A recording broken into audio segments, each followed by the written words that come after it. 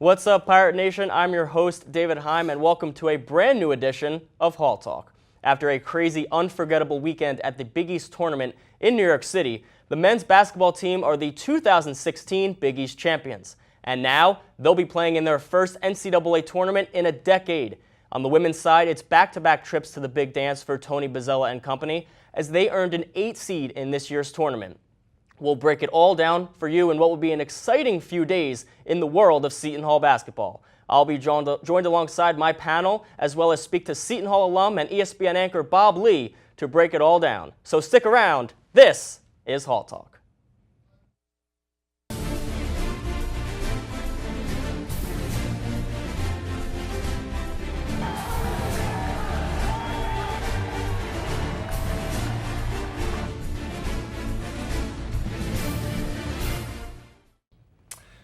Welcome back, and at this time I'll be introducing my panel for this evening, Olivia Mulvihill and George Balekji. Guys, thanks for joining me this evening. Oh, thanks for having us, George. Dave, what a time to be a Pirate. We're all here in the big dance. Both teams are dancing. Let's get started.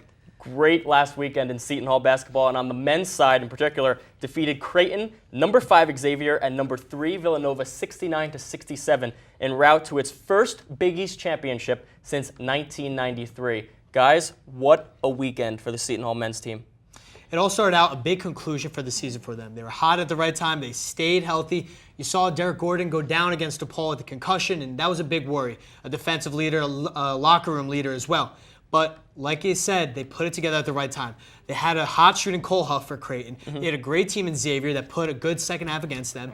And they saw adversity against Villanova, who of course had a second half surge against them. But they went into the locker room with the lead at every half. This is a team that can play ahead. They play well ahead, and they're historic, and it's good to see the Big East back to old form because now these teams, Xavier and Villanova included, because they hold 2 seeds, are ready for the tournament. They won't get shocked by the ACC or Big Ten like we've seen in years past. Now, Olivia, Isaiah Whitehead, tournament MVP, an offensive surge from Kadeem Carrington, what he was able to do in the first couple games, not so much the championship game. But in my opinion, Ish Sanogo, what a tournament for him. Yeah, no, definitely. Ish really, I think, was like the defensive key this weekend for the Pirates, alongside Derek. You know, when these teams came back for the second half surge, Derek and Ish were able to lock down these defense. You know, Pirate fans got scared against Nova, kind of got scared against Creighton when Cole Huff got hot, and these two were there for rebounds. You know, able to lock them up real quick. George, one thing I notice in this tournament is the teams refuse to lose. Just the hunger to win. Just talk about this team, their hunger throughout the Big East tournament.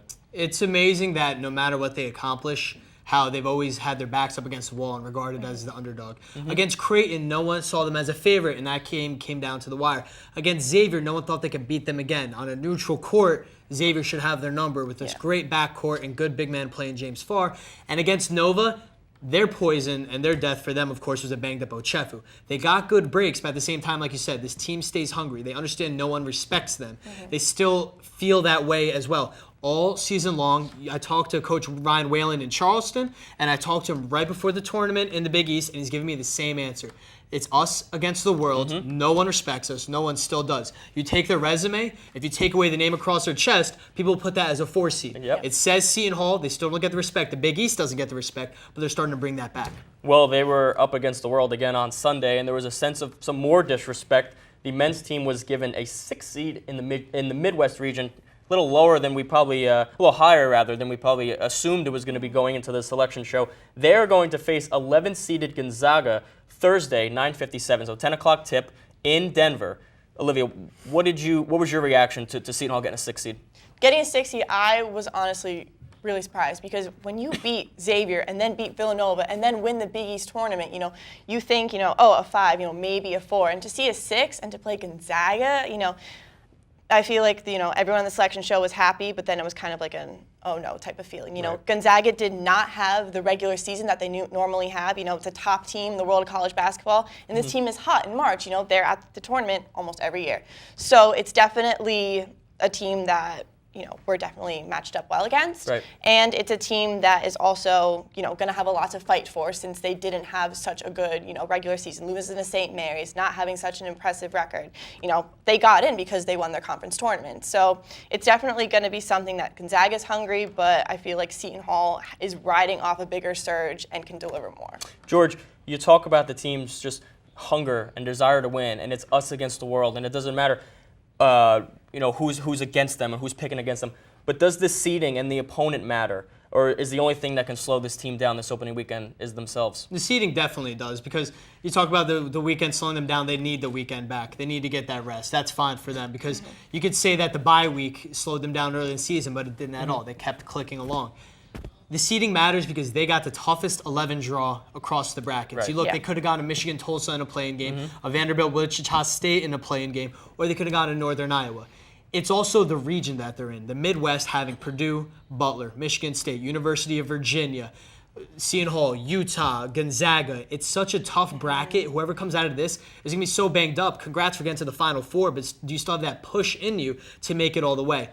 This is a tough draw from them. By the time they were revealed to be a 6 seed, I was relieved, because after 2 hours of waiting, which is outrageous, they're the last seeding to be recognized, which is on its own. But like I said, you take away the name for Seton Hall, they should get a bigger seed. I asked, would there still be the disrespect? Will there still be the snub and the shade they'd catch for being the Pirates?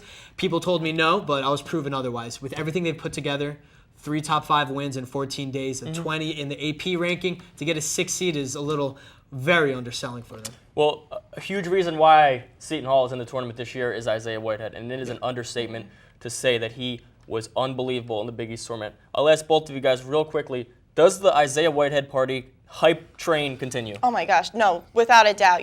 Isaiah's been talking about it since we were at Media Day back in October. He wants this team to get to the tournament. He's not, the kind of selfish player we saw last year. If you ask him about the NBA, he'll shut you down so quickly and talk about how he wants his team to do well. And I think he's going to take that attitude and, Willard calls them puppies. They're going to be young kids at the tournament for the first time. But I really think that since they're so excited and, so happy to prove everyone wrong, that Isaiah can help them get to where they want to be. George? With Isaiah, and it comes into, she brings up, Olivia, you bring up a good point where he shuts down the NBA talk. For him, you couldn't have a better matchup in his favor when it comes to Gonzaga. They have 2 of the best big men, possibly the best 4 or 5 combo you come across in the nation. But Aaron McClellan, Silas Melson, those are guys, they can't guard guards. And for Isaiah Whitehead, he'll be a dog out there. He'll feast on them. It's the same thing that comes back to Nova. When Whitehead had the ball and Archie Diacono was in front of him, he'd take a jab step and Archie would back off. It's going to be the same thing with Gonzaga. They can't guard him. They cannot stop him at all. It will continue on, and a big part will be in this tournament. You expect the bright lights. They've seen it. They played on the biggest stage of Madison Square Garden. He's been this time before with his high school team. He's been down the road in big games. He's used to it. This will be a coming out party for him even more than people expect, because it's finally on a true national stage. Yeah. Real quick, both of you guys, I want an X factor for the game against Gonzaga. Olivia? The X factor, we talked about defense in the Big East tournament. This defense is going to have to carry all the way to Denver, for sure.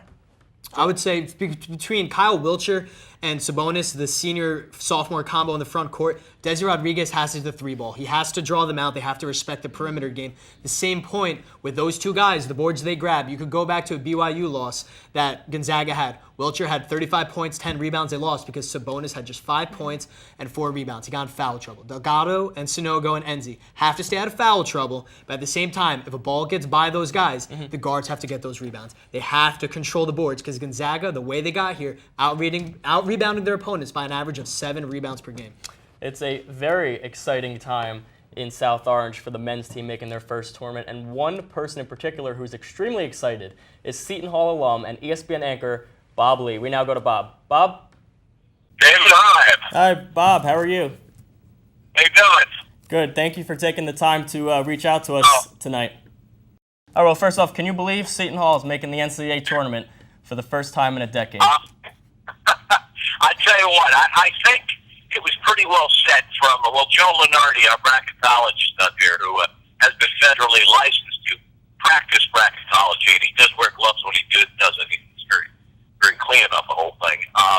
It was pretty clear, I think, even entering the tournament, that would be significant wins. I think that win at Providence was a big one for all. There was a resume there entering the Big East tournament, but then to embellish it the way they did, I think, was, just remarkable. And, Right. The closing out with consecutive big, top 5 wins, neutral court, great stuff. Yeah, it was huge. Just the back-to-back wins really just solidified the resume. They were already in before the Big East tournament, but there was just zero discussion the way that they played in the Big East tournament. The back-to-back wins, like you mentioned, that leads me to my next question. Given the questionable decisions that the committee made on Selection Sunday, what are your thoughts on Seton Hall seating? Well, if you're a number 1 seed, you're anywhere between 1 and 4 in the country. You can do the math along and say, wait a minute, isn't this a better team than a 6 seed would denote? And why do we have to get on a plane and fly all the way out? And, hey, look, Right.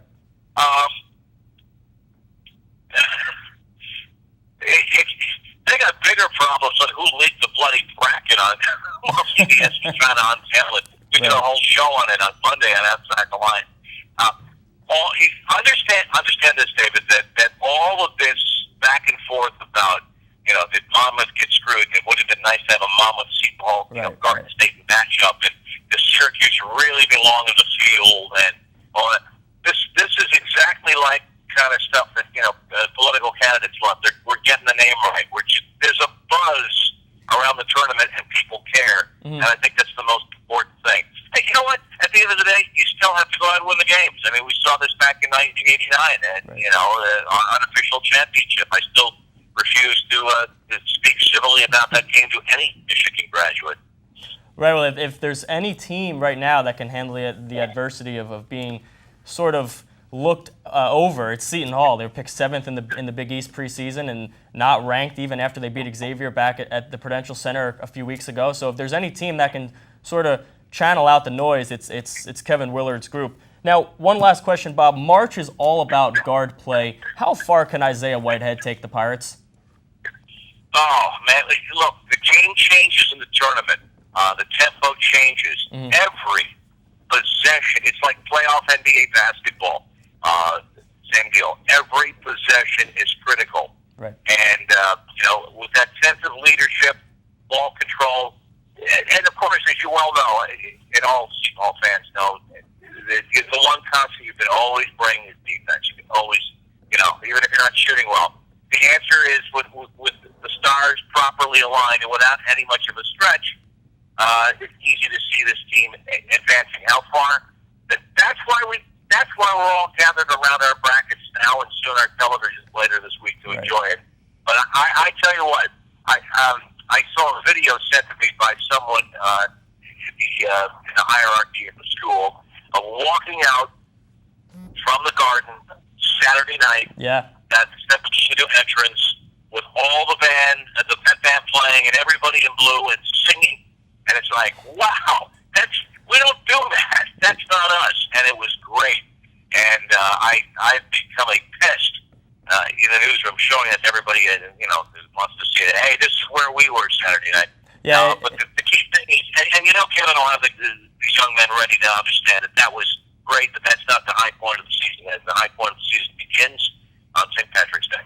Yeah, it's in a very exciting time in South Orange, and it's probably so exciting as an alum to see this team get back to where they should be. So, Bob, I really thank you for taking the time to call. We really appreciate you taking the time to come on to Hall Talk tonight.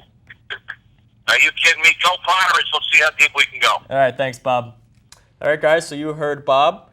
He thinks Isaiah Whitehead can take this team pretty far. I'll start off with you, Olivia. What are your predictions for this opening game against Gonzaga? Gonzaga, I think that they can beat Gonzaga. I think they can beat the Utah team with Jakob Poeltl. And I think this team can make it to Michigan State. But it's scary because Tom Izzo in March is terrifying, but I want to see this team match up against Michigan State. George? I don't want people to get scared away by a 6 seed, because I look back and I remember when UConn won the whole thing, they were a 7 seed. And they won the whole thing, but not Michigan so fast. State was there last year in the Final Four. They beat Michigan State on the way there, but they ran through a really weak bracket. I have them going Elite Eight. I have them stopping Denzel Valentine. You just got to trap the heck out of him and hope that you stop him. Easier said than done. Just the Big Ten isn't as strong as it used to be. But they'll run into a very tough UVA team. Their 2-3 zone is as strong as it can be. They play so disciplined, and Seton Hall would have to play their style, which is slow basketball. So that'd be a total of like 60 to 50 final score, UVA on top. But this team is Elite Eight good with athleticism, health, And like I've said, they're hot at the right time. Everyone says it when it comes to these types of things. Always go with the hot team. They're just scared because it's Seton Hall. Yeah. Well, guys, that's pretty deep predictions. I'll take them over Gonzaga, and I'll see how they play against Gonzaga to further my prediction. There's 2 teams in South Orange, guys. I know it seems like we've only been talking about the men's, but the women's team, they're going to be in the Stores region of the women's NCAA tournament as an 8 seed. They're going to play 9 seed Duquesne.